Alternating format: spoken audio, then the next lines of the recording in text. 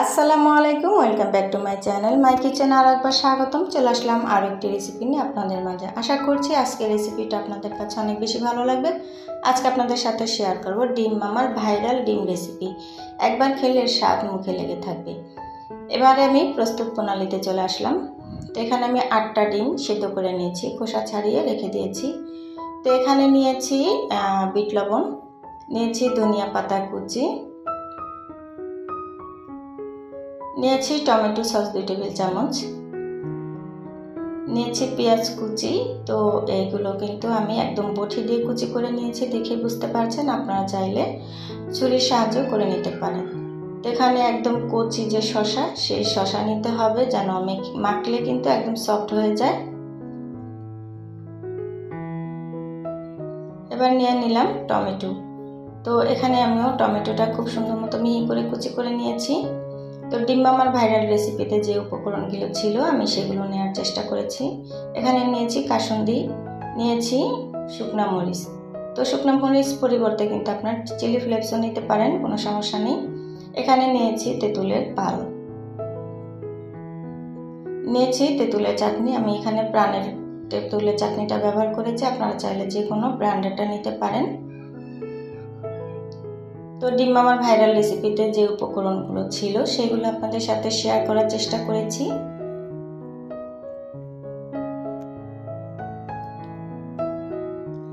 তো এবার আমি মরিচগুলো হাত দিয়ে ম্যাশ করে নেব।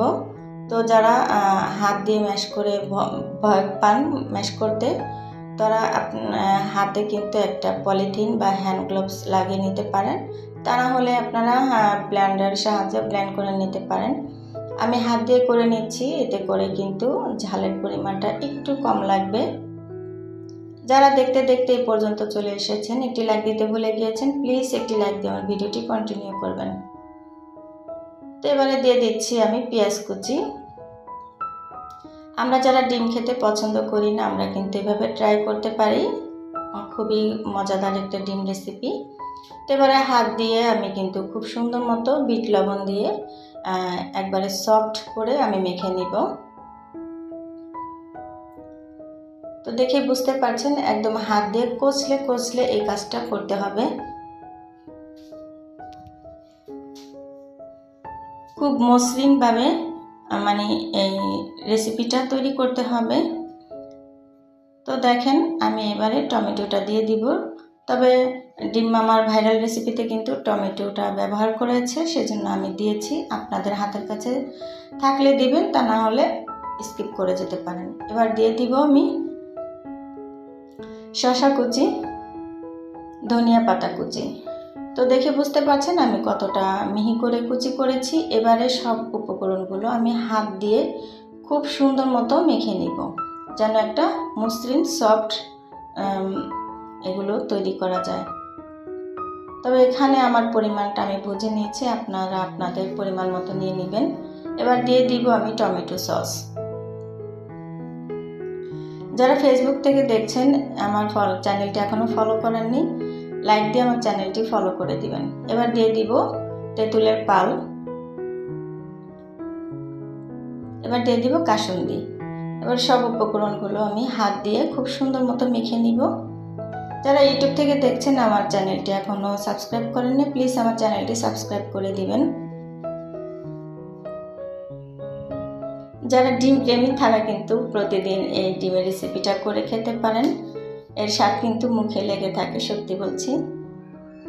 তো এবার আমি আর একটু বিট লবণ দিয়ে দিলাম, চেখে দেখতে হবে লবণটা ঠিক মতো হয়েছে কিনা। তবে আমি দেখেছি আমার লবণটা আর একটু লাগবে, সেজন্য আমি আবার একটু বিট লবণ দিয়ে দিলাম। অবশ্যই বিট লবণটা দেওয়ার চেষ্টা করবেন। তো দেখেন আমার খুব সুন্দর মতো মাখা হয়ে গেছে। এবার আমি ডিম নিয়েছি, ডিমটা ছুরির সাহায্যে একদম আলতো হাতে মাঝখান দিয়ে আস্তে করে কেটে নিতে হবে। তো এমনভাবে কাটতে হবে যেন ডিমটা একদমই ভেঙে না যায়। আর এই যে আমি যে মসৃণটা তৈরি করেছিলাম, এগুলো শসার আস্তে আস্তে করে আমি ঢুকে দিচ্ছি। তবে এভাবে ঢুকে দিতে হবে যেন ডিমটা ভেঙে না যায়। আর ডিমটা খুব সুন্দর মতো কিন্তু কেটে নিতে হবে, তবে আপনারা যারা হাফ বয়েল খেতে পছন্দ করেন তারা কিন্তু হাফ বয়েল করে নিতে পারেন। তো দেখেন আমি কিভাবে পুরগুলো ভরে দিচ্ছি।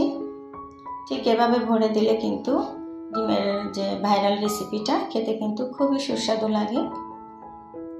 তো দেখেন আমার কিন্তু ডিমগুলো ভরা হয়ে গেছে। তবে আমি আগে থেকেই বলেছিলাম আমার যে কটা লাগবে সে কটা নিব, তবে আমি 4টা নিয়েছি, বাকিগুলো আমি রেখে দিয়েছি। তো এবার আমি দিয়ে দিব সেই তেঁতুলের চাটনি। এটাই কিন্তু ডিম মামার ভাইরাল রেসিপির মূল উপকরণ। তা আমি এখানে চাটনিটা দিয়ে দিচ্ছি।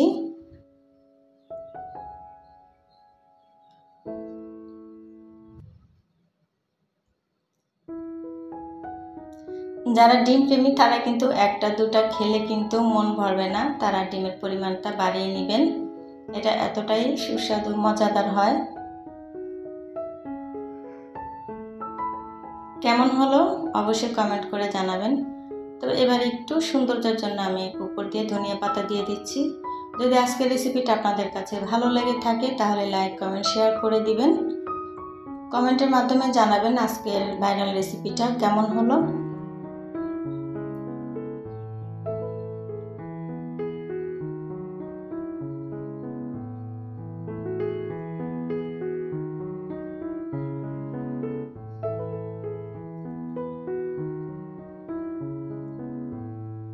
বাসায় একবার হলো কিন্তু এভাবে ডিম রেসিপিটা ট্রাই করতে পারেন, খুবই ভালো লাগবে।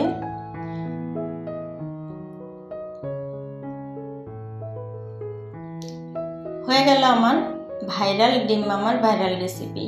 তবে আজকে এই পর্যন্তই। সবাই ভালো থাকবেন, সুস্থ থাকবেন। নতুন কোনো রেসিপিতে আবারও আপনাদের সাথে দেখা হবে। সেই পর্যন্ত এই পর্যন্ত যারা ধৈর্য ধরে আমার ভিডিওটি দেখেছেন সবাইকে অসংখ্য ধন্যবাদ। আল্লাহ হাফেজ, আসসালামু আলাইকুম।